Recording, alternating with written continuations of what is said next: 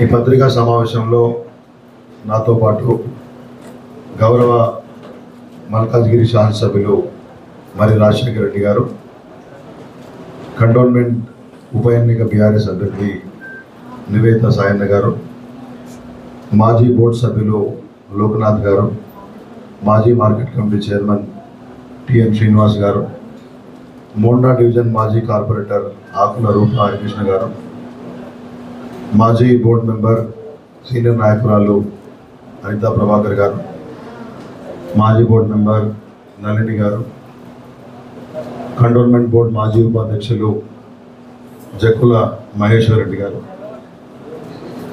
అదేవిధంగా వార్డు అధ్యక్షులు మిగతా సీనియర్ నాయకులు ఉన్నారు. అదేవిధంగా పత్రికా మిత్రులందరికీ కూడా హృదయపూర్వకంగా నమస్కారం తెలియజేస్తా ఉన్నా. ఈరోజు ప్రధానంగా నిన్న మనం చూసినాం, కంటోన్మెంట్కి అతిథులు వస్తానే ఉన్నారు కాంగ్రెస్ పార్టీ నుంచి. ముఖ్యమంత్రి గారు రెండోసారి కంటోన్మెంట్కి వచ్చారు. నాకు గురించి ముఖ్యమంత్రి గారు రెండోసారి కంటోన్మెంట్కి వచ్చాడు. నిన్న ఆయన మాటలు చూస్తే నాకేమనిపించిందంటే, కూట్లే రాయి తీరినోడు సామెత ఉంది, కూట్లే రాయి తీయనోడు ఏట్లా రాయి తీస్తానంట. ఉట్టికి ఎగరలేను కానీ ఆకాశానికి ఎగురుతానన్నట్టు గౌరవ ముఖ్యమంత్రి గారి స్పీచ్ ఉంది. చాలా ఆశ్చర్యం కూడా అనిపించింది. నేను మీ అందరి ద్వారా కంటోన్మెంట్ ప్రజలకి గుర్తు చేసుకున్నా, కొడంగల్లో ఓడిపోయి వస్తే నన్ను మల్కాజ్గిరి ఎంపీగా గెలిపించారు అని చెప్పారు ముఖ్యమంత్రి గారు. మీరు మల్కాజ్గిరి ఎంపీగా ఎన్నిసార్లు కంటోన్మెంట్కి వచ్చారు, ఏం చేశారు, ఏ అభివృద్ధి కార్యక్రమాలకు నిధులు ఇచ్చారు, ఈ విషయాన్ని మీరు ప్రజలకు చెప్పాలి. నిన్న వచ్చి చెప్తా ఉండే, మీ ఆశీర్వాదం వల్ల ప్రశ్నించే గొంతునై నేను రాష్ట్రానికి ముఖ్యమంత్రి అయినాను. మీరు ఎంపీగా ఉండి మల్కాజ్గిరి పార్లమెంటుకు, కంటోన్మెంట్ నియోజకవర్గానికి నయా పైసా తేలేదు. ఇటున్న మట్టి అటు వేయలేదు, ఓ తట్టెడు మట్టి ఎత్తు వేయలేదు. ఇవాళ నేను కంటోన్మెంట్ని బంగారం చేస్తాను, ఇండ్లు కట్టిస్తాను, డబల్ చేస్తానంటే ఎవరు నమ్ముతారు? ఓట్ల కోసం నోటికి ఏదొస్తే అది మాట్లాడడం అనేది ముఖ్యమంత్రి స్థాయికి తగదనే విషయాన్ని నేను చెప్తా ఉన్నాను. డబుల్ బెడ్రూమ్ ఇళ్ళ గురించి మాట్లాడాల్సి వస్తే, మీరు చెప్పినటువంటి ఇందిరమ్మ రాజ్యంలో ఇందిరమ్మ ఇండ్లు అంటే ఏంటి? మొండి గోడలు, ఆగిపోయిన ఇండ్లు, మొండి గోడలకు బిల్లులు, ఒక్క ఇల్లుకు 3 బిల్లులు. ఇది మీ తకరారు మీ ప్రభుత్వంలో. ఆ రోజు ఎంక్వైరీ కమిషన్ కూడా వేశారు. అదేం తెలిసింది? అవన్నీ నిజాలని తెలిసింది. రైతు బంధు పేరును రైతు భరోసా చేసి 10,000 రూపాయలని 15-16 చేసి అందరికీ ఇస్తానన్న పెద్ద మనిషి ప్రభుత్వ రంగాన్ని మర్చిపోయి అదే పేరు పెట్టి డబ్బులు ఇవ్వకపోతే కేసీఆర్ గారు గట్టిగా మందలిస్తే అప్పుడు ఇవాళ రైతు బంధు పైసలు ఇస్తూ ఉన్నారు. ఇది మీ నిజస్వరూపం. మీరు కంటోన్మెంట్కు ఏదో చేస్తారంటే ఇక్కడ ప్రజలు ఎట్లా నమ్ముతారు? మీరు పార్లమెంట్ సభ్యునిగా ఉండి 10 పైసల పనిచేసిన వాళ్ళు ఇవాళ ఏ విధంగా ఈ కళ్ళబొల్లి ఆమె ఓట్ల కోసమే కదా ఇది ప్రజలు నమ్ముతారు అనుకుంటే ఎట్లా సాధ్యమవుతుందని చెప్పేసి నేను ప్రశ్నిస్తా ఉన్నాను. కంటోన్మెంట్లో ఈ ఫ్లైఓవర్స్ కోసము డిఫెన్స్ ల్యాండ్ తెచ్చాం, శంకుస్థాపన చేశామని చెప్తున్నారు. కొద్దిగా ఆత్మ మనం ఉంచుకొని మాట్లాడండి. సక్సెసివ్ గవర్నమెంట్స్ కొన్ని పనులు చేస్తాయి. పోయిన 10 సంవత్సరాలుగా నరేంద్ర మోడీ ప్రభుత్వంతో రక్షణ శాఖతోటి పూర్తి స్థాయిలో సంప్రదింపులు జరిపింది. ఆ భూముల కోసం కేసీఆర్ ప్రభుత్వం, కేటీఆర్ గారు ఇవాళ ఆ కరెస్పాండెన్స్ తోటి ఆ భూములు వచ్చినాయి. అదృష్టవశాత్తు, మీ అదృష్టవశాత్తు మీరు వచ్చే సమయానికి వాళ్ళు సంతకం చేసి పంపించారు. పనిచేసింది ఎవరు? పనిచేసింది కేసీఆర్ గారు, బీఆర్ఎస్ ప్రభుత్వం. సొమ్మొకటిది సోగొడిదిలాగా ముఖ్యమంత్రి వ్యవహార శైలి ఉన్నది. పని మాది, పని కేసీఆర్ది, ప్రచారం మీదిలాగా తయారైంది. కంటోన్మెంట్లో ఆ మధ్య దోబీఘాట్ ఓపెన్ చేసిపోయినాడు. ఏ ప్రభుత్వం కట్టిందండి? కేసీఆర్ ప్రభుత్వం కట్టింది. మీరు వచ్చి ఓపెన్ చేసి బొమ్మలు దిగారు. ఇది ప్రజలకు తెలియదని మీరు అనుకుంటే అది మీ యొక్క అమాయకత్వం. నిన్న చెప్తా ఉన్నాడు, నాకు సిగ్గేసింది ఒక రకంగా. 30,000 ఉద్యోగాలు ఇచ్చాను, కేసీఆర్ నేనేమి చేయలేదు అంటున్నాడని అడుగుతున్నాడు. నేను అంటున్నా, రేవంత్ రెడ్డి గారు అన్నిటికీ శ్వేతపత్రాలు ఇస్తావు కదా, దీనికి కాంగ్రెస్ 3 రంగులలో పత్రమి. ఈ 30,000 ఉద్యోగాలకు నోటిఫికేషన్ ఎప్పుడు ఇచ్చినావు?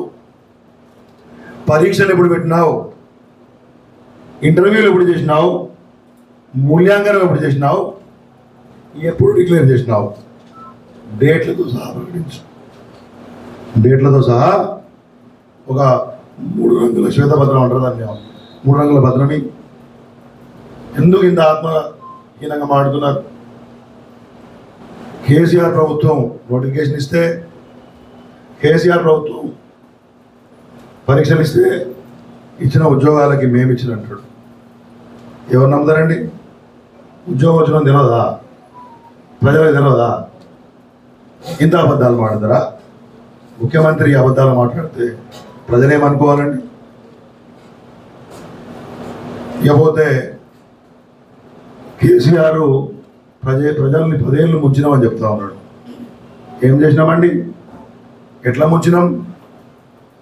రాష్ట్రం మొత్తానికి తాగునీళ్ళు ఇస్తే, కానూన్ లేకున్నా కంటోన్మెంట్కు మంచినీళ్ళు ఇస్తే ప్రజలను ముంచినట్ల,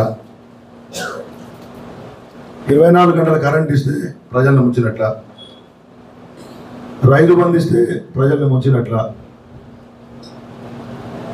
1000 గురుకులాలు కడితే ప్రజలను ముంచినట్ట ఓపెన్ చేస్తే,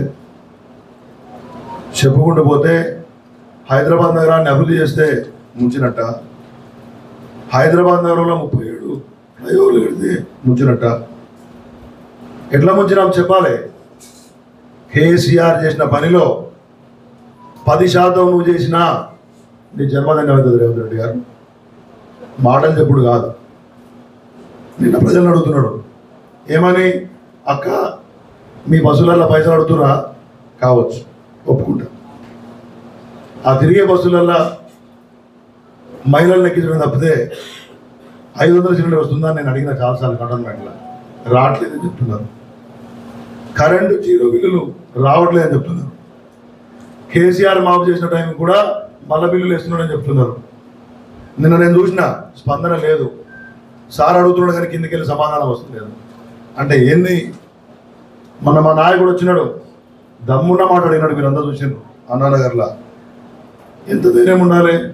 కేసీఆర్ ప్రభుత్వం ఉన్నప్పుడే మా పాలన బాగుందని అనుకునే వాళ్ళు చేయలేపట్టమంటే వేలాది మందిగా కంటోన్మెంట్ చేతులు పెట్టినారు. మీరు నేను చెప్తలేదు. నేను ఇంకో విషయం అడుగుతా ఉన్నాను మిమ్మల్ని. కాళేశ్వరంలో కేసీఆర్ అవినీతి చేసినాడని చెప్పి ప్రజల్ని నమ్మించే ప్రయత్నం చేస్తున్నారు ముఖ్యమంత్రి గారు. నీదే ప్రభుత్వం కదా, నీ దగ్గరనే పోలీసు ఉంది కదా, నీ దగ్గరనే సిఐడి ఉంది కదా, ఏమేమో ఉన్నాయి కదా, కేసు పెట్టు. నీకు దమ్ముంటే ఛాలెంజ్ చేస్తున్నాం. అవినీతి జరిగిందంటే పెట్టు, కేసులు పెట్టు. రోజు ఎందుకు మాట్లాడతావు? ఏదో ఎంక్వైరీ చేసినావు కదా మొన్న, విజిలెన్స్ నిజం తెలియదు మాట్లాడు. కాళేశ్వరం పనికిరాదండి. ఇది ఇందిరమ్మ సాగర్ నుంచి మన రంగనాయక సాగర్ నుంచి మిగతా ప్రాంతాల నుంచి నీళ్లు పట్టుకొచ్చి హైదరాబాద్కి ఇస్తానంటే మరి కాళేశ్వరం అంటే ప్రాజెక్ట్ ఆడ బ్యారేజ్ కాదు. 3 బ్యారేజీలు, 19 రిజర్వాయర్లు, వేలాది కిలోమీటర్ల కాలువలు, పంప్ హౌజులు, సర్జుపూళ్ళు, టన్నెళ్ళు, ఎంత కాళేశ్వరమే కదా. మరి ఆ రిజర్వాయర్లకి నీళ్ళు తెస్తున్నావు. మీరు పార్లమెంట్ సభ్యుడు ఉన్నప్పుడు ఉత్తమ్ కుమార్ రెడ్డి అడిగినాడు పార్లమెంట్లో, ఏమంటే కాళేశ్వరంలో అవినీతి జరిగిందండి, మీ దగ్గర సమాచారం ఉందా అంటే పార్లమెంట్ రాసిచ్చింది కేంద్ర ప్రభుత్వం, మా దగ్గర అటువంటి సమాచారం ఏం లేదు. వాళ్ళది ప్రభుత్వం ఉంది, మీది ప్రభుత్వం ఉంది, చేతనైతే విచారణ చేయండి. రోజు బట్టగాల్చి మీదేయడం కాదు. ఇప్పటికి చెప్తున్నాను, కాళేశ్వరం ఈ రాష్ట్రానికి వరప్రదాయని. మీ జీవితంలో కాళేశ్వరం ప్రాజెక్టు వదిలిపెట్టండి. అవసరం ఉన్న చెట్ల కళ్ళబట్లు కూడా కట్టలేరు మీరు.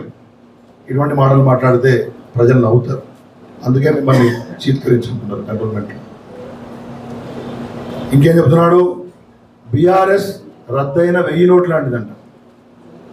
ఆ నోట్ల సంగతి మాకు ఎరకలేదు, వారికే బాగా తెలుసు. మాకే తెలియదు, ఆ నోట్ల సంగతి వారికే తెలుసు. ఎందుకు తెలుసో మీకు తెలుసు. మాది 1000 నోటు, చెల్లని 1000 నోట. మీ ప్రభుత్వం చెల్లని చెక్కు లాంటిది. కళ్యాణ లక్ష్మి చెక్ అయినా బౌన్స్ అయినా కేసీఆర్ ప్రభుత్వం బౌన్స్ అయిందా? మరి వాళ్ళ ప్రభుత్వం ఏమైందా? చెల్లని చెక్కు లాంటి ప్రభుత్వం. ఈ పోస్ట్ డేటెడ్ మాటలు మాట్లాడితే జనం నమ్మరు. ఎంపీగా ఉన్నప్పుడు రూపాయి పని చేయని ఆయన ఇక మా శ్రీ గణేష్ని గెలిపియండి, ఇక కంటోన్మెంట్ని బంగారం చేస్తాను చెప్తే ఇవన్నీ ఏమంటారు? వీటిని పోస్ట్ డేటెడ్ మాటలు. ఆ రోజు చేస్తామని చెప్పడం. పోస్ట్ డేటెడ్ చెక్లు ఇస్తారు కదా, ఓ 20 రోజుల తర్వాత రేట్ వేసి, అది ఉంటుందో మీకుతో ఏమని కలగలేదు. మీది చెల్లని చెక్కు లాంటి ప్రభుత్వం. మీ మాటలన్నీ పోస్ట్ డేటెడ్ మాటలు. రేవంత్ రెడ్డి గారు ఈ మాటలు ఎవరు కంటోన్మెంట్లో నమ్మరు. పని చేసింది మా ప్రభుత్వం, కేసీఆర్ ప్రభుత్వం. ఇక్కడ కూర్చున్నటువంటి బోర్డు మెంబర్లు, వాళ్ళ నేతృత్వం ఇలా మాట్లాడుతున్నారు. మేమట కేసీఆర్ కేటీఆర్ చెల్లని రూపాయలంట. ఏమన్నా ఇంగిత జ్ఞానం ఉందా అండి మాడే వాళ్ళకి? 2 సార్లు బీజేపీ టికెట్ మీద పోటీ చేసి ఓడిపోయిన వాడు చెల్లని రూపాయి కాదు కదా. మేమైతామండి? తెలంగాణ తెచ్చిన వాళ్ళు 2 సార్లు ప్రజామద్దతుతోటి ప్రభుత్వం నడిపిన వాళ్ళు మేము చెల్లని రూపాయట. 37.5% ప్రజలు మాకు ఓటేసి దీవిచ్చి 39 సీట్లు ఇస్తే ఇవ్వ మా అన్నిండే ఉన్నాడు. బాగా బీరాలు పలకడానికి మీద 60,000 ఓటుతో గెలిచిండు. వాళ్ళ చెల్లని చెక్కులు మేమా? వాళ్ళ చెల్లని రూపాయలు మేమా? 2 సార్లు బీజేపీ టికెట్ మీద కంటోన్మెంట్లో చెల్లని రూపాయి కాంగ్రెస్ టికెట్ ఇస్తే చెల్తుందా? పక్కన పెట్టుకొని రోజుకు పార్టీ మార్చేటోడిని ఊసర వెల్లులను పెట్టుకొని వాళ్ళు ఆ రూపాయి చెల్తాయా? ఇవాళ ప్రజలు తెలుసుకోవాలి, మేము చెల్లని రూపాయలమా? తెలంగాణ ప్రజల గుండెలో చిరస్థాయిగా నిలిచిపోయే శక్తి ఉన్నటువంటి నాయకుడు కేసీఆర్ గారు. మీలాంటి వాళ్ళు ఎన్ని మాటలు మాట్లాడితే వాళ్ళు ఉన్నది మాకు. ఇవాళ బీజేపీలో చెల్లిన రూపాయి కాంగ్రెస్లో చెల్తానంటాడు. ఎట్లా చెల్తుందో చెప్పాలి. పార్టీలు మారే నాయకుడు ఎమ్మెల్యే పదవి కోసమే బ్రతుకుతున్నలాగా, అధికారం కోసమే ఏ పూటకైనా పార్టీ మారుతా అనుకుంటాడు. చెల్లని రూపాయి అవుతాడా? 2 సార్లు కంటోన్మెంట్ ప్రజలు తెచ్చేసిండ్రు. శ్రీ గణేష్ అంటాడు చెల్లని రూపాయి లాంటి వాడు అని చెప్పేసి మమ్మల్ని చెల్లని రూపాయి అంటున్నాను. 30 సంవత్సరాలు కంటోన్మెంట్ ప్రజల దీవెనలు అందుకున్నటువంటి 5 సార్లు ఎమ్మెల్యేగా గెలిచిన సాయన్న అంటోడిని, సాయన్న లాంటి వ్యక్తిని, పెద్ద మనిషిని మరి వాళ్ళ ఎట్లా చూడాలి మనం? 30 సంవత్సరాలు తిరుగు లేకుండా. కాబట్టి మీరు అర్థం చేసుకోవాల్సిన అవసరం. ఇవాళ నేను ఒకటే ప్రశ్న వేస్తున్నా మిమ్మల్ని, మరి మీ దగ్గర మీ ప్రభుత్వం కరెక్ట్గా గ్యారంటీలు అమలు చేసినట్లయితే, కరెక్ట్గా గ్యారంటీలు అమలు చేస్తే ఎందుకు మొన్న ఎలక్షన్స్లో నిల్చున్నా. వెన్నెల గారికి టికెట్ ఇవ్వలేదు అంటే వెన్నెల గారి అభ్యర్థిత్వం ఆ సోదరిని నేను అందలుచుకోలేదు. వారి కుటుంబం మీద గద్దర్ గారి మీద నాకు అపారమైనటువంటి గౌరవం ఉంటుంది. నేను వారిని ఏమన్నాను. ఇవాళ ప్రభుత్వం లేనప్పుడు గద్దర్ గారి పేరు వాడుకొని ప్రభుత్వం రాగానే పార్టీలు మార్పులకు టికెట్ ఇస్తే ఎవరిని మోసం చేసినట్టు, ఎవరి గొంతు కోసినట్టు. ఒకవైపు కేసీఆర్ గారు 30 సంవత్సరాల ప్రజాసేవలు ఉన్న నాయకుడిని వారి కుటుంబం నుంచి వచ్చిన అమ్మాయిని నిలబెడితే ఆమె ఎమ్మెల్యే గెలిస్తే చనిపోతే మీలాగా మేము అభ్యర్థిని మార్చలే, వారి కుటుంబం గొంతు కోయలే. ఆ కుటుంబం నుంచి సోదరి నివేత ముందుకొస్తే ప్రజాసేవకు అవకాశం ఇచ్చినాం. రేవంత్ రెడ్డి గారికి కానీ కాంగ్రెస్ నాయకులకు కానీ 6 గ్యారంటీలు అమలయ్యాయి అనుకుంటే, మీ ప్రభుత్వం మీద నమ్మకం ఉంటే మరి వెన్నెల గారికి టికెట్ ఇచ్చి ఉండాలి కదా. ఇంకో చెల్లని రూపాయి ఎందుకు అంటున్నా. ఆ సోదరి గొంతుకు వచ్చినావు ఎందుకు? నీ పేరు మీదనో, సోనియమ్మ పేరు మీదనో, ఇందిరమ్మ పేరు మీదనో, కాంగ్రెస్ రాజ్యం పేరు మీదనో ఓటు పడితే, నీ ప్రభుత్వం యొక్క పర్ఫార్మెన్స్ మీద ఓటు పడితే వెన్నెల గారిని నిల్చోబెట్టాలి కదా. ఇవాళ ఆ సామాజిక వర్గ సోదరులు కానీ కంటోన్మెంట్ ప్రజలు కానీ ఆలోచించాలా. ఎవరు విశ్వాసానికి, ఎవరు నమ్మకానికి, ఎవరు విధేయతకు, ఎవరు అనుబంధాలకు గౌరవం ఇచ్చారు, ఎవరు ఇలా కమర్షియల్గా ఆలోచించి గెలిపే ప్రాతిపదిక మాకు నైతిక విలువలు లేవు, పార్టీని మారినా పర్వాలేదు, పనికి మాలిన పనులు చేసినా పర్వాలేదు, కానీ మా గెలుపు ముఖ్యము అని వాళ్ళ వ్యాపార ధోరణిలో ఆలోచించింది ఎవరు? ఆలోచించింది కాంగ్రెస్ పార్టీ. విశ్వాసానికి విధేయతకు పట్టం కట్టింది బీఆర్ఎస్ పార్టీ అయితే, విలువలకు తిలోదకాలు ఇచ్చింది కాంగ్రెస్ ప్రభుత్వం, కాంగ్రెస్ పార్టీ. కాబట్టే పార్టీలు మాట్లాడని పెట్టింది. ఆయన అవకాశాల కోసం పార్టీ మారినోడు రేపు ప్రజలకు సేవ చేస్తాడా? నేను అడగదలుచుకున్నాను. రేవంత్ రెడ్డి గారు నిన్న బీజేపీలో ఉన్నోడు ఇవాళ నీ దగ్గరకు వచ్చిండు, రేపు మళ్ళీ బీజేపీలో పోతారు కావచ్చు. ఏం గ్యారంటీ అండి? నేను కంటోన్మెంట్ ప్రజలకు చెప్పదలుచుకున్నా. వెన్నెల గారి గొంతుకోసారి ఎందుకు మరి? పని అయిపోయిందా వాళ్ళతోటి? గద్దర్ గారి పేరు వాడడం సరిపోయిందా? ప్రభుత్వం రావడంతో వారి మీద అభిమానం తగ్గిపోయిందా? చెప్పాల్సిన అవసరం ఉంది. ఖచ్చితంగా ప్రజలకు గురించి అడుగుతాం. ఇవాళ మాదే గవర్నమెంట్ అండి, మేము ఇక్కడ అన్నీ చేస్తామంటున్నారు. మీదే గవర్నమెంట్ కదా, రైతు బంధు మొత్తం ఎందుకు ఇయ్యలే? నా ప్రభుత్వం రాగానే డిసెంబర్ 9 నాడే రుణమాఫీ చేస్తాను, ఎందుకు చేయలే? మొత్తం కరెంట్ ఫ్రీ ఎందుకు చేయలే? 6 గ్యారంటీలు మొత్తం ఎందుకు కాలే? 420 హామీలు ఎందుకు కాలే? ఏమనంటే కేటీఆర్ గారిని తిడతావు, కేసీఆర్ గారిని తిడతావు. కేటీఆర్ గారిని నేను అన్నాడు, చీర కట్టుకొని బస్సు ఎక్కండి. మేము మహిళల్ని అవమానపరచుకోలేదు, మేము మహిళల్ని అవమానపరచుకోలేదు. ఆ రకంగా మాట్లాడడం మాకు చేత కాదు. హామీలు ఇచ్చి అమలు చేయని వాళ్ళని మరి ఏమనాలో మీరే నిర్ణయించుకోండి. ఓట్ల కోసము పార్టీలు మారే వాళ్ళను హక్కున తెచ్చుకొని గద్దర్ కుటుంబాన్ని ఎంత పెట్టే వాళ్ళను ఏమనాలో మీరే తెలుసుకోండి. ఏ భాషలో చెప్పాలి మీరే తెలుసుకోండి. బస్సులలో పోతున్నారు కరెక్టేనే కాదనట్లే, మీద వాటి సంగతి ఏమిటి అని అడుగుతూ ఉన్నాను. ఒక్కడే నేను అడుగుతూ ఉన్నాను. మా ప్రభుత్వం అంటున్నాం, మీ ప్రభుత్వం ఉంటేనే అభివృద్ధి జరుగుతున్న విధంగా ఇవాళ అటువంటి మాటలు మాడుతున్నారు. ఇది ప్రజల్ని బెదిరించడం కాదా?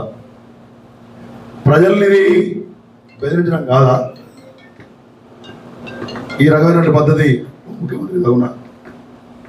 ప్రతిపక్ష పార్టీ ఎమ్మెల్యేల దగ్గర ప్రజాస్వామ్యంలో అభివృద్ధి చేయను అని చెప్పడం అనేది ఎంత అన్యాయం అండి. ఇవాళ కేంద్రంలో బీజేపీ వచ్చే అవకాశం ఉందనుకోండి, ఫర్ ఎగ్జాంపుల్. అట్లా భావించిన ప్రజలందరూ కూడా కాంగ్రెస్ ఎంపీ అభ్యర్థులకు ఓటు లేదా? మరి ప్రభుత్వం వాళ్ళదే కదండి ఒకవేళ వస్తే. ఎందుకంటే 2 సార్లు వాళ్ళదే ఉన్నది. మరి మీకు కూడా ఓట్లు వేసినారు కదా రేవంత్ రెడ్డి గారు. ప్రభుత్వం బీజేపీ వస్తుందని హవా ఉంటే కూడా మీకు ఎందుకు వేసినారు? ప్రశ్నించే గొంతుగా చెప్పుకున్నాము. అంటే మేము కావద్దా ప్రశ్నించే గొంతుగా? మేము కావద్దా ప్రశ్నించే గొంతుగా? మా నివేదిక కావద్దా ప్రశ్నించే గొంతుగా? అంటే ప్రశ్నించే గొంతుకలు వద్దనే కదా మీ ఉద్దేశం? నేను అడుగుతా ఉన్నా మిమ్మల్ని, నేను ఛాలెంజ్ చేస్తా ఉన్నా. ఈ సంగతి కూడా పెట్టండి. ఇంకా 38 మంది మారిన వాళ్ళు టెక్నికల్ మా ఎమ్మెల్యేలు ఇంకా 38 మంది ఉన్నారు. మా రాజన్న ఉన్నాడు. మల్కాజ్గిరి నియోజకవర్గంలో బీఆర్ఎస్ పార్టీ ఎమ్మెల్యే ఉన్నాడని, గట్టిగా ఉన్నాడని. ఒక్క పెన్షన్ తీయగలుగుతావా? ఒక్క కళ్యాణ లక్ష్మి ఆపగలుగుతావా? ఒక డ్రైనేజీ బాగు చేయాలని చెప్పగలుగుతావా? నేను అడుగుతా ఉన్నా. ఏంది దౌర్జన్యం అంటే నాకు అర్థం కాదు. సంస్కారం ఉండాలి కాబట్టి కొన్ని మాటలు నేను మాట్లాడతలేను. ప్రజాస్వామ్యం ఇది. మా ప్రభుత్వం వస్తేనే ఏ టైంలో అయినా ఎమ్మెల్యే గారు రావచ్చు, మాట్లాడచ్చు. మా సోదరి నివేద ఎమ్మెల్యే అయిన తర్వాత అపాయింట్మెంట్ ఇవ్వవా? మాట్లాడినట్టున్నారా మీరు? నిధులు ఇవ్వనంటున్నారా మీరు? ప్రభుత్వం మెడలు వంచి 39 మంది ఎమ్మెల్యేలు ఏకదాటిగా ఉండి కంటోన్మెంట్కి ఏం కావాలో అది సాధిస్తాం. భయపడేది లేదు. నిన్న ఎవరో బోనస్ అని చెప్తున్నారు. ఆ బోనస్ అనేది నాకు తెలియదు, కానీ నివేద గెలిస్తే సందేహం లేదు మాకు. నివేద గెలుస్తుంది. నివేద గెలిచిన తర్వాత రాజశేఖర రెడ్డి గారి బోనస్, మల్లారెడ్డి గారి బోనస్, శ్రీనివాస్ యాదవ్ గారి బోనస్ ప్రత్యక్షంగా ప్రతిరోజు. నిన్న వచ్చినటువంటి 6 మంది ఎమ్మెల్యేలు బోనస్, ఎమ్మెల్సీలు బోనస్, ప్రతి బీఆర్ఎస్ కార్యకర్త కంటోన్మెంట్ సేవకు బోనస్ అనే విషయాన్ని గుర్తుపెట్టుకోవాలి. అంతేగాని ఏదో అవసరానికి వచ్చేటోళ్ళతోటి బోనస్లు కాదనే విషయాన్ని గుర్తుపెట్టుకోవాలి. నేను విజ్ఞప్తి చేస్తూ ఉన్నాను. కంటోన్మెంట్ ప్రశాంతంగా ఉండాలి. కంటోన్మెంట్ యువతకు న్యాయం జరగాలి. కంటోన్మెంట్కు ఉపాధి రావాలి. కంటోన్మెంట్కు ఉన్నత విద్యావంతురాలైన రాజకీయంగా నేపథ్యం ఉండి సేవ చేసిన కుటుంబం నుంచి ఒక నాయకురాలు ఎమ్మెల్యే కావాలి. అదే బీఆర్ఎస్ పార్టీ లక్ష్యం. అంతేగాని అవకాశవాదులు, టర్న్ కోట్లు, పార్టీలు మారే వాళ్ళు, రకరకాల పనులు వాళ్ళ సంగతి చరిత్ర దగ్గరికి వాళ్ళు అక్కర్లేదు. నిఖార్సైన చరిత్ర ఉన్న సాయన్న లాంటి కుటుంబం నుంచి వచ్చినటువంటి కూతురు కావాలి. కొంతమంది లాగా మల్లమైన చరిత్ర ఉన్న వాళ్ళు కాదు. ఇది మీ ద్వారా తెలుసుకున్నాను. చివరగా ఇక వాళ్ళకి భయమైంది.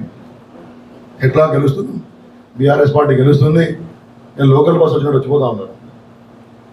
తప్పులేదు, ఎవరి పార్టీ వాళ్ళు వస్తారు. మేము వాళ్ళనే లేదు, కానీ చెప్పాలి కూడా చెప్తున్నాను. మేము ప్రజల్ని నమ్ముకున్నాం, వాళ్ళు డబ్బు సంచులను నమ్ముకున్నాం, అధికారాన్ని నమ్ముకున్నాం. ఇవాళ కంటోన్మెంట్లో ఉన్నటువంటి లక్షలాది మంది ఎస్సీ, ఎస్టీ, బీసీ, మైనారిటీ, సబ్బండ వర్ణాలు ఇలా బీఆర్ఎస్ పార్టీ వెంబడి ఉన్నాయి. పోయిన 10 సంవత్సరాల కేసీఆర్ పాలనకు, ఈ 4 నెలల కాంగ్రెస్ పాలనకు తేడాను స్పష్టంగా గమనించారు ప్రజలు. అప్పుడు కరెంటు పోతే వార్త, ఇలా కరెంటు కట్లు ఉన్నాయి. నీళ్ళు అప్పుడు సమస్య అప్పుడు లేదు, ఇలా నీళ్ళ సమస్య వచ్చింది. గ్రామాల్లో రైతులు పట్టించుకునే వాడు లేడు. మా ప్రభుత్వం చివరి గింజ వరకు ఉన్నది. కాబట్టి మేము ప్రజలను నమ్ముకున్నాం, వాళ్ళు డబ్బు సంచులని అధికారులు నమ్ముకున్నారు. మా నాయకుల మీద ఒత్తిడి తీసుకొస్తూ ఉన్నారు, ఫోన్లు చేస్తూ ఉన్నారు, పోలీస్ కేసులు పెడదామని భయపడుతున్నారు. ఇటువంటి ఒత్తిళ్లకు ఎవరు కూడా లొంగరు అనే విషయాన్ని గమనించాల్సిందిగా నేను కోరుతా ఉన్నాను.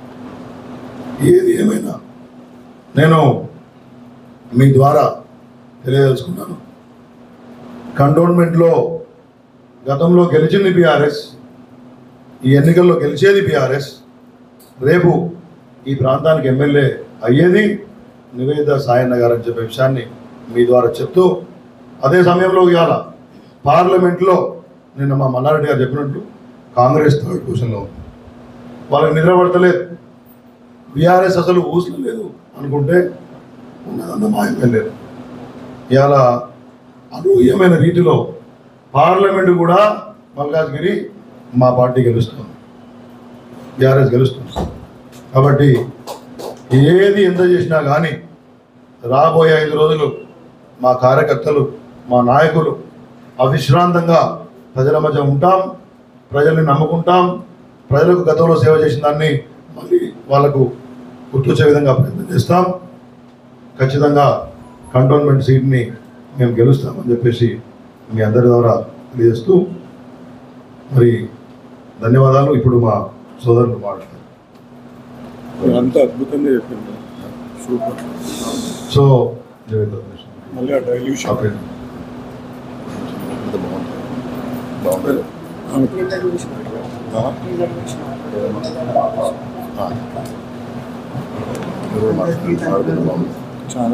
చేసిన మీడియా మిత్రులందరికీ,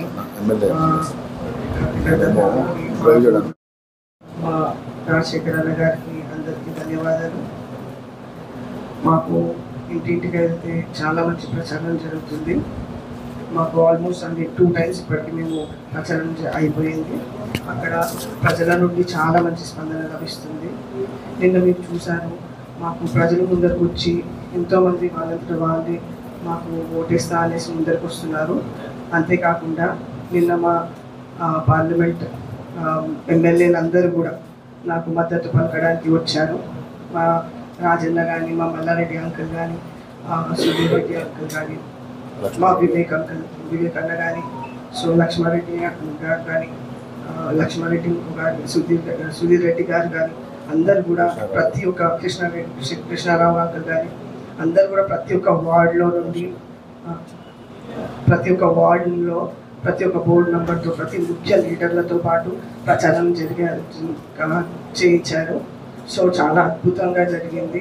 నాన్న ఉన్నప్పుడు ఏదైతే జరిగేదో అంతక అలానే జరిగింది. చాలా మంచిగా వాళ్ళందరూ నా తోడుగా నిలిచి మద్దతు పలుకుతుంటే చాలా మంచి ఫీలింగ్ ఉందండి. నాకు తోడు లేదన్నట్టు లేకుండా వాళ్ళ తోడుగా నిల్చొనేసి వాళ్ళ చెల్లెలాగా భావించి నాకు ఇంత హెల్ప్ చేస్తున్నందుకు థ్యాంక్ యూ సో మచ్. వాళ్ళు డాడీతో ఏదో ఒక అనుబంధం డాడీకి ఉంది. సో వాళ్ళు నన్ను వాళ్ళ చెల్లెలాగా తీసుకొనేసి ఇక్కడ వచ్చి నాకు ప్రచారంలో హెల్ప్ చేస్తున్నందుకు థ్యాంక్ యూ వెరీ మచ్. చాలా మంచిగా ఉందండి. ప్రజలు చాలా మంచిగా స్పందిస్తున్నారు. వాళ్ళే ముందరికి వచ్చేసి మనకు కేసీఆర్ గారికి కార్కి గుర్తుకే ఓపిస్తానేసి ముందరికి వస్తున్నారు. అంతటా మన కంటోన్మెంట్లో బాగా సాయన్న గారు చేసిన అభివృద్ధి కానీ, కేసీఆర్ గారి మన పథకాలు ఆల్మోస్ట్ అన్ని గడపలకి లభించింది. కాబట్టి అందరూ వాళ్ళే ముందరికి వచ్చేసి కార్మికులకే ఓటిస్తారని చెప్తున్నారు. ఏమో చెప్పు. ఇక్కడికి వచ్చిన మా అభ్యర్థి నివేదిత గారికి, అదేవిధంగా మా యొక్క ఇన్ఛార్జ్ శ్రీధర్ రెడ్డి గారికి, మరియు మా బోర్డు మెంబర్స్కి, 150 డివిజన్ మాజీ కార్పొరేటర్ గారికి, అదేవిధంగా ఇక్కడున్న మా మార్కెట్ కమిటీ మాజీ చైర్మన్ గారికి, మా నాయకులకు, ఇక్కడికి వచ్చిన వివిధ హోదాల్లో ఉన్న ప్రతి ఒక్కరికి నా యొక్క నమస్కారం తెలియజేస్తున్నాను. ముఖ్యంగా రెండవసారి మన ముఖ్యమంత్రి రేవంత్ రెడ్డి గారు కంటోన్మెంట్కి వచ్చిందంటే వాళ్ళు ఎంత భయాందోళనకు గురవుతున్నారో వాళ్ళ అభ్యర్థి విషయంలో ఇది తేటతెల్లం అవుతుంది. ఇంకా చెప్పాలంటే ఇవాళ వాళ్ళకి అభ్యర్థి వెన్నెలా గద్దర్ని లాస్ట్ టైం నిలబెట్టి ఆమెపై నమ్మకం లేకుండా ఈసారి బీజేపీ నుంచి 2 సార్లు పోటీ చేసిన అభ్యర్థిని తెచ్చుకున్నారంటే వాళ్లకు నాయకత్వ లోపము, అదేవిధంగా కార్యకర్తల లోపం ఉందని వాళ్ళే ఇండైరెక్ట్గా ఒప్పుకుంటున్న సంగతి మీరందరూ గమనించాలని నేను కోరుతున్నాను. అదేవిధంగా ఇవాళ మా యొక్క అభ్యర్థి మా యొక్క ఏ విధంగా ముందుకెళ్తున్నారు, అదేవిధంగా సాయన్న గారు వాళ్ళ అభ్యర్థి గారి తండ్రి గారు అయినటువంటి సాయన్న గారు ఏ విధంగా ఇక్కడ ఉన్న కంటోన్మెంట్ ప్రజలకు సేవ చేసినరో ప్రతి ఒక్క కంటోన్మెంట్ వాసుని తట్టి లేపినా ఎప్పుడు అడిగినా అది కొన్ని అంటే ఒక స్టోరీస్ లాగా బయటికి వస్తున్నాయి అతను చేసిన గొప్పతనాలన్నీ కూడా. కాబట్టి మేము 100% ఇక్కడ విజయం సాధిస్తున్నాం. అదేవిధంగా మా మల్కాజ్గిరి ప్రాంతంలో కూడా నేను ప్రచారం చేస్తున్న సందర్భంలో నేను చూస్తున్నా ఏంటంటే అక్కడ రాగిడి లక్ష్మారెడ్డి గారు ముందంజలో ఉండి ఆయన గెలుపు పైన మీద కూడా మాకు పూర్తి విశ్వాసంతో ముందుకెళ్తున్న సందర్భాన్ని మీకు తెలియజేస్తున్నాం.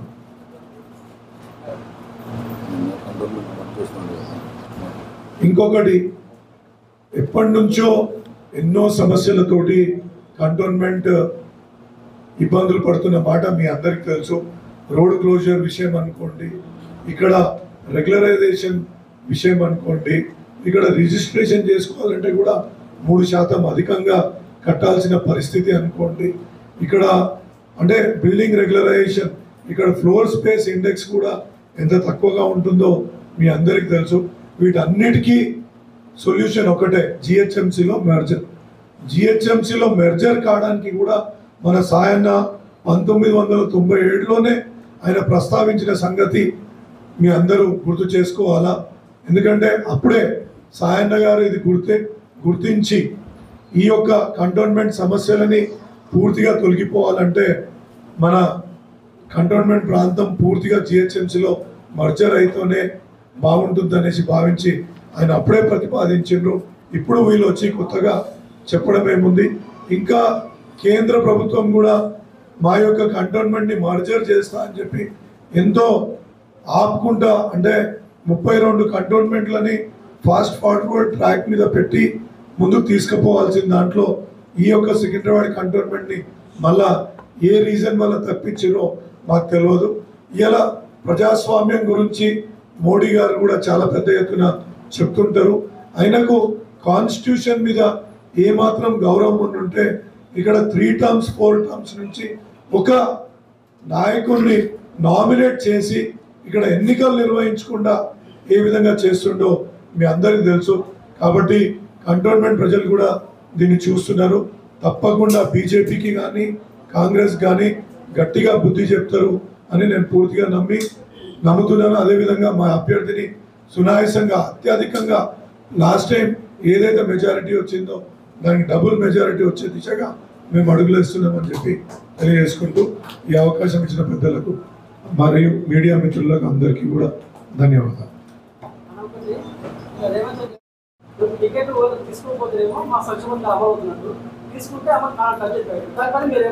అంటే ఒకటి గమనించాలి, మహిళలను కించపరిచే విధంగా మాట్లాడకూడదు. ఎవరు కూడా చీర కట్టుకోండి అంటే దాని అర్థమైంది, చీర కట్టుకున్న వాళ్ళంతా మీ దృష్టిలో ఏంది అనేది మీరు ఒకసారి ఆలోచించండి. ముఖ్యమంత్రి గారు, మీరు రాష్ట్ర ముఖ్యమంత్రి, మీరు మహిళల పట్ల ఈ విధంగా మాట్లాడటం సరితూగది. సరే, మీరు మహిళలకు ఒకటి మంచి చేసిండ్రు కాదంటలేము, ఓకే. బట్ మీరు ఇవాళ 200 యూనిట్ల కరెంటు ఫ్రీ అన్నారు, అది అమలైందా? ఇలా రైతులకు 2 లక్షల రుణమాఫీ అన్నారు, అది చేశారా? ఇలా సిలిండర్ ఇప్పిస్తా అన్నారు, సిలిండర్ 500 రూపాయలకే సిలిండర్ అన్నది, ఇక్కడ ఎవరికైనా ఆ సిలిండర్ 500 రూపాయలకు అందుబాటులోకి వచ్చిందా? మీరు పెన్షన్లని 2000 నుంచి 4000కి చేస్తా అన్నారు, మీరు చేశారా? మరి మీరు కూడా ఆలోచించాలా. ఇప్పుడు ఒక వ్యక్తిని, ఒక కేటీఆర్ గారిని, ఐటీలో ఒక ప్రపంచం సృష్టించిన కేటీఆర్ గారిని ఆ విధంగా అంటున్నారు. చీర కట్టుకోండి అని ఒక మొగాయనని ఆ విధంగా అని, అమ్మాయిలని అంటే మహిళా లోకాన్ని కించపరిచే విధంగా మీరు మాట్లాడుతున్నారు. మరి మీరు ఏం చేసిండ్రు? మీరు కంటోన్మెంట్కి ఎంపీగా కూడా పోటీ చేశారు కదా, మీరు ఏం చేసిండ్రు? ఇక్కడ పోటీ చేసి గెలుపొందారు, మీరు ఇక్కడ కంటోన్మెంట్కి ఏమన్నా చేసిండ్రా? మీ యొక్క అంటే కంటోన్మెంట్లో పేరుకుపోయిన కనీసం ఆ యొక్క ట్యాక్సెస్ని ఏమైనా ఇప్పించిండ్రా మీ హాయంలో? ఒకటి చెప్పండి, మేము కూడా ఒప్పుకుంటాం. అప్పుడు మీరు కూడా గొప్పవాళ్ళు, మీ పేరు మీద ఓట్లు వేయొచ్చు అనేసి.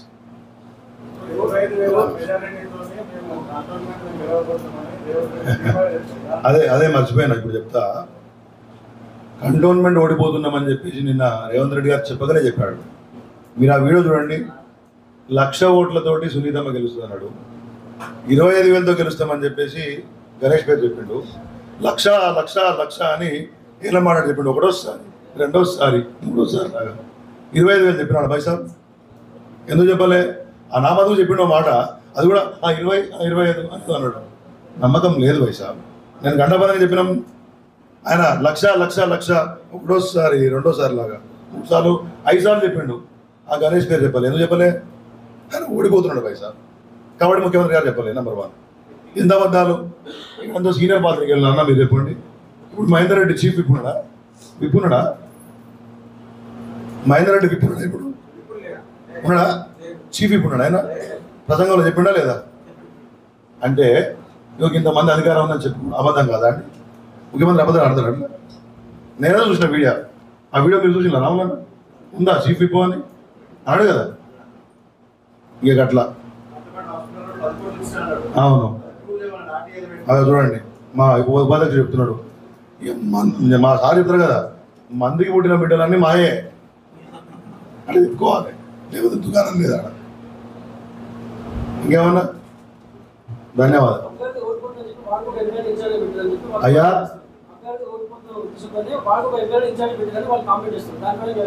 నిన్న వాళ్ళు వచ్చి సంఘీభావంగా ఒక పూట ప్రచారం చేసి మేము ఉన్నామని చెప్పడానికి వెళ్ళారు.